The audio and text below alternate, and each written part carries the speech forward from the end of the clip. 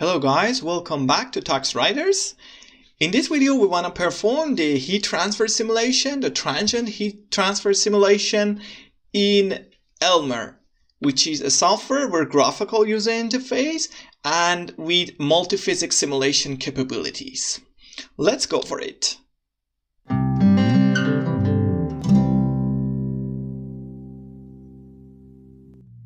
Okay, in previous videos, in a couple of videos, we discussed how to perform a transient heat simulation for these heat exchangers with a complex geometry. And by complex geometry, we meant like a geometry that you can create out of the box with the features available in Phoenix or FreeFAM.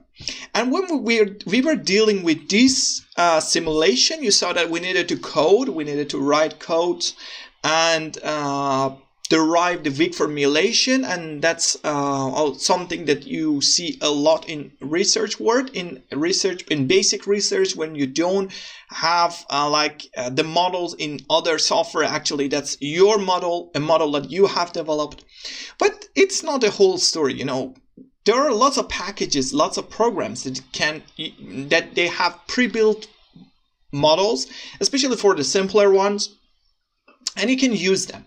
So when we were talking about open source finite element computation, we are not always talking about those, let's say, libraries or the finite element languages that you need to, in which you need to write some programs and codes and perform the simulations. There are good and very nice programs with graphical user interfaces, and you can take advantage of them, and also for multiphysics simulations. In this video, we want to go for one of them, and later on I will also discuss a couple of more. But in this video, we want to go for Elmer, which is multiphysics simulation code. So Elmer software. And this is very, very similar to COMSOL in the proprietary world, but it has a simpler user interface, but still the user interface is very meaningful and user friendly, and we will see that how actually we can go for it, how we can perform this simulation in it using the models that are available there for heat transfer. So here, this is the website of the Elmer, and as you can see, it's a multiphysics simulation code. And installation for Linux, for Debian-based Linux distributions is quite simple. So I need to add a repository like this Elmer Ubuntu repository. So the password says you want to add it, and then we need to call update. So sudo apt update, and then a couple of to reread the packages that we added, and then install Elmer Fem CSC. Let's see what happens. It's not a huge software, so you can see this is about 100 megabyte, but this is very, very powerful and very similar to other user interfaces in open source world. This is usually an engine, a calculation engine behind the scene working all those things. So the graphical user interface is actually fronted to that engine, and usually you can interact with the engine directly, and then you will have access to more features. But the graphical user interface can be used also for simpler operations like the one that we want to do today. But generally, learning the software, the solver, in a way that you can call it directly is always beneficial, especially for let's say, more serious stuff, like if you want to use it in research. So now we should be able to access Elmer with the E as a capital E in the beginning, and then a couple of commands such as Elmer grid and for mesh generation and manipulation. As I said, usually these programs come with their own mesh manipulation, let's say bundle or utility, and Elmer Solver and Solver MPI, so for parallel computing using message passing interface. And this is a solver, so I run it. As you can see, it says, yeah, Finite Element software Elmer Solver. And now it complains about lack of input file. And as you can see here, when I type Elmer, I don't see anything as the GUI. And the reason is this package does not contain the user interface. So if I want to use the user interface of Elmer, I need to install another package from the Ubuntu repository. So instead of now I will say let's remove the previous one. So this is this is the previous package. I remove it. Yes, and then I installed the package that contains the user interface, which is actually Elmer CSC EG. And this is I want to install it. And this is the package that comes with the user interface. So I install it, and yeah, as you can see, it requires more stuff like the Qt libraries and the bundles. So this is actually the prerequisite of that, and there are more disk usage that it requires. Disk usage space, let's say. So we need to wait for it to be installed, and then we can run the user interface of Elmer and see how it looks. While it's installing, I should mention something that, because the geometry that we had in the previous videos is a little bit big, especially, because we want to have here, the dimensions should be specified. I first opened the geometry in SALOME again. I rescale it, and then I generate the mesh on it, and then it will be ready to be used in Elmer. Instead of generating the mesh, we can also use the meshing features in Elmer. It can be sometimes a little bit easier. So yeah, let's do that. Instead of generating a mesh in SALOME, we generate the mesh in Elmer. Okay, so now it should be okay. Let's see if we have now more things on Elmer. And yeah, we have Elmer GUI here, which is this tool. And yeah, so now we have the interface. This is the user interface of Elmer, and it's very easy to use. I will show you how to use this. And but as I said, there is one more thing that we need to do, and that's scaling the geometry. So yeah, now I close this one and I keep the user interface open. It doesn't matter. And then I open another terminal. And I need to run SALOME. So I open SALOME, and then I open this HDF file, which comes from episode 2. Please watch that episode if you want to know how I have created this. So desktop and HDF file. So on the geometry, we have a couple of things probably here. We have this spring. Yeah, with this boundary, with these elements, I don't need to use those boundaries here because we will define them again in Elmer. But what I want to do is scaling where is the scaling? So this one, scaling the geometry to make it smaller so that we can see the effect in Elmer faster, and we can use more realistic let's say values for like the diffusion coefficient. So scale factor, I want to make it smaller, so I just make it small as like 1000, and then that's it. And then I click apply and close. So now it will be very small that it cannot be seen in this scale. So yeah, this is this one, and this is scale 1. And as I said, if I want to use the mesh, I should go to mesh module and then remesh this one. So removing the previous mesh and using this one. But instead of that, I want to just export it now as a format, as this kind of exchange format between CAD programs, that I can read it again in Elmer. So BREP can be a good option for us. I save it on a desktop and I save it as like the helix BREP, and I save it. And yeah, this is a file that I can now open in Elmer. Let's open it in Elmer to be sure that it works. So I also minimize this the command window, and now we have to open the mesh. We don't have a mesh, so we need to open it. Something, maybe open the BREP file. Let's see if it works. I think that was it. And yeah, so now it shows the geometry to me, and then it starts, as you can see here, it starts to generate a mesh on it automatically. So as you can see, this is not a mesh that we want to go for. So we can we need to modify some of the properties here. So we can see that we have some properties on the mesh for the different mesh engines or different sizes. These are the things that we already we have seen already in SALOME. But instead of that, there is a very useful feature here.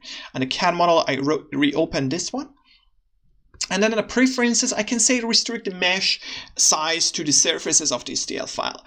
So instead of defining these things, it says that, yeah, look at the interface, look at the STL file, and this is actually the BREP file that we have imported, and choose the choose values based on the restriction that you see there. So I click OK there, and from the mesh, I click remesh item. Now it should start to, you can see that it's going on. I can close this, the GUI, the CAD model viewer, and now it should generate a better mesh for me. Let's see what happens. And then after it's finished, we can go on with generating configuring the simulation. Yeah, now it's a much better mesh, and this is a mesh that we wanted to have actually, very similar to the mesh that we generated in SALOME, although that was a little bit better because that uses a netlib and with more refined let's say parameters, but it doesn't matter. So let's go on, and the steps that we want to take, we need to take are actually these steps that you can see in the model menu, and they will be reflected on this object browser. So as you can see, the geometry is more I can say is simpler than, for example, the geometry. The user interface is simpler than the user interface of COMSOL, but it's very similar. So with the model, we click on a setup, and here we have to define the path. Is not important, output level, steady state, and here it is very important that we define a simulation type as transient. So you can also try the steady state solver to see how it works. It gives you the steady state solution that you will have those temperatures have reached already in the middle. And then the BVF format, this is for the backward difference, formulation and finite difference. So we all have already discussed about it a little bit in the finite difference series. This is the order of for the temporal discretization. 1 is okay, and the time intervals and output interval 1. That's fine. And the time step sizes, I can say that I want to have 1/10, 0.1, and then 200 of them, or 100 then, just to simulate 10 seconds or 10 minutes, according to the scale and the dimension, the unit that you choose for the time. And then these are fine. There is nothing else I want to change here, and these are the constants. And because, we don't need these constants because, for example, if you want to have some mechanical analysis, it could be like the gravity is required, or, for different simulations, different constants should be defined. But for this simulation, we don't need anything because we want to simulate heat transfer in conduction heat transfer. And that was a setup of the model. And then we need to add the equation. So this is where the multiphysics nature of Elmer comes into play. And you can see there are different equations that you can add to the model. For now, we want to have only the heat equation. So I activate it, make it active, and then it is applied to the body 1. So we have only one body here, so I apply it there and I click add and OK. So as you can see, this is the equation 1 added here, and this body is selected. So now it's time to add the material. So you can see that, in the end you will see that this is very similar to what we did in FreeFM or Phoenix, but with this, the kind of setup that you usually see in these programs, that you need to add the mesh, generate the mesh, and then add the equations or the model that you want to solve, in this case heat transfer, and then the material properties, and then the initial and boundary conditions. So everything is very straightforward here. So here we need to add the material. We can use the material library, or we can specify the kind of, properties that we need for this simulation. I choose aluminium here. It doesn't really matter, because what we need for this simulation is heat conductivity, and this is the heat diffusion coefficient, or let's say diffusion rate, that we had already in Phoenix and FreeFM. This is quite small, but it doesn't really matter here. So I keep it like this. You know that if you continue the simulation, what happens, or if you increase this, how the behavior would be. And then after changing this for the heat equation for the material, I apply it to the body 1 again. So this is assigning the material to the body, because you can also define multi-body, let's say, geometries in simulation. So I click add and then OK again. And now it comes at the time to define the initial condition, because we don't have any body force. A body force can be like applying gravity in mechanical simulations, this kind of stuff. But in this case, we don't have any body force. That it comes on the right hand side of the heat equation. So for the initial condition, I click add, and then it is with a body property, again body 1, and on a heat conduction the temperature would be 273. This is Kelvin, and then I press add and then OK. So this is 0 actually in a Celsius scale. And now the boundary conditions. So I click add, and for the boundary conditions, I need to define 2 boundary conditions. The first one that goes to, let's check the boundaries. The boundaries are automatically detected by Elmer. So boundary 1 is the surrounding is the wall, and 2 is in the bottom, and then 3 is in the top. Very similar to what we saw in GMesh in previous videos. So let's apply heat equation to temperature. We want to have -20 on the one in the bottom. So that was the boundary 2, if I'm not wrong. So I add and click OK. Let's double check if it is correct. Yeah, this is that one. And then another boundary condition. So this is boundary condition 1. And then another boundary condition being plus or positive 20 on the one on top. So this one. You see that we can define boundary condition for different physics. And when they say that, this is a multi-physics software like COMSOL or Elmer, it means that you can define different physical models on the same geometry, and then you can simulate their interaction. And this is why you see that you can define different boundary conditions. All of them are here, while we have selected only heat diffusion as the equation that we want to solve. So this is the second boundary condition. I click add and click OK. And that's everything that we wanted to set here. So you see that things are very similar. In FreeFM or Phoenix, we define these things through a set of statements or codes in Python or C++, and here it's the user interface that defines them. And then we should save the model. So we saved it in a desktop, and this is, I can call it Helix again. And inside Helix, I save it. So here are the files, and then this is the CSIF file that I can also generate again. And with the edit, I can see, this is what I said, that, you know, these kind of solvers are actually they are engines behind the scene of these interfaces. And this is the input file of the engine. If you want to, you know, the syntax is very simple in this case.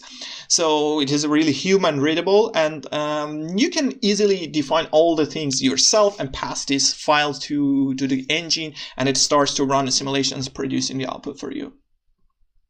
So here it is, like you can see that it is the equations, first the constant and the simulations, time step definition, and then the solver, which was actually the equation, and then the material, initial condition, and 2 boundary conditions. So these are all the things that we wanted to do. And after generating the SIF file, we need to save the model again to be sure that this SIF file is generated.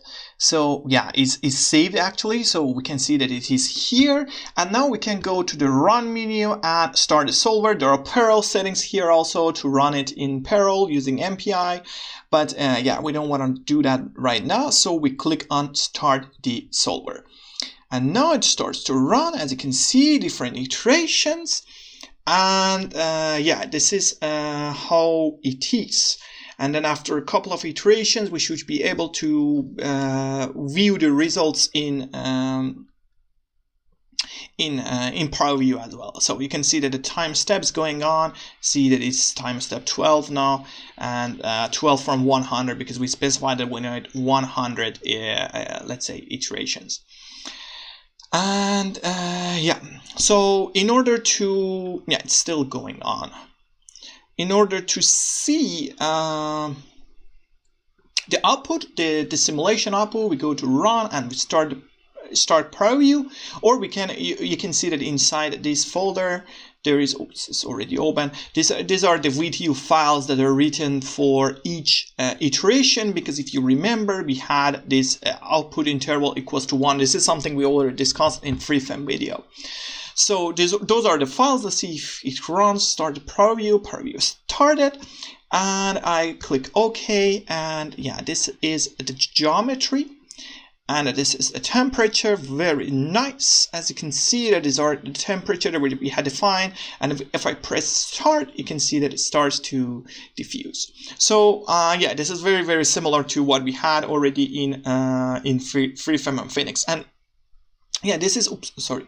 This is actually the way that you can have these kind of simulations using the graphical user interface. So I can start also kill the solver. I don't want to make it just running, and yeah, so this is the process that you need to take. As you saw, that was pretty simple to import the geometry and creating the mesh and defining the boundary conditions, initial conditions, equations, material properties, and actually those are the things that these are the typical process you need to take to perform such simulations in these programs.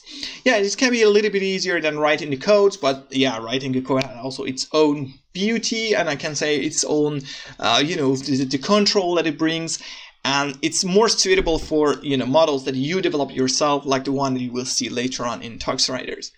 Yeah, I hope you enjoy this, and yeah, it helps you to apply this these things to your own models. Yeah, see you in next videos. Bye.